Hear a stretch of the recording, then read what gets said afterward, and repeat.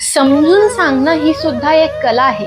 एखाद्याच्या कठीण काळामध्ये त्याला त्याच्या चुकांची जाणीव करून न देता आधी त्याला त्याच्या गुणांची जाणीव करून देणं हेच खरं समजावून सांगणं असतं.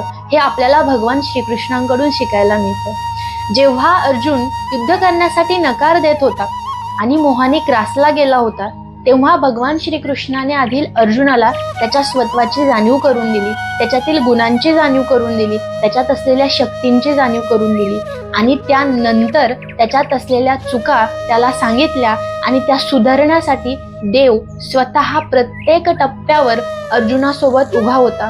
आपल्याही आयुष्यात जेव्हा कठीण काळ येतो तेव्हा आपण इतरांना जेव्हा समजावून सांगतो तेव्हा त्याला त्याच्या चुकांची नाही, त्यांच्या उणिवांची नाही, तर त्याच्यात असलेल्या गुणांची जाणीव करून द्यायची असते.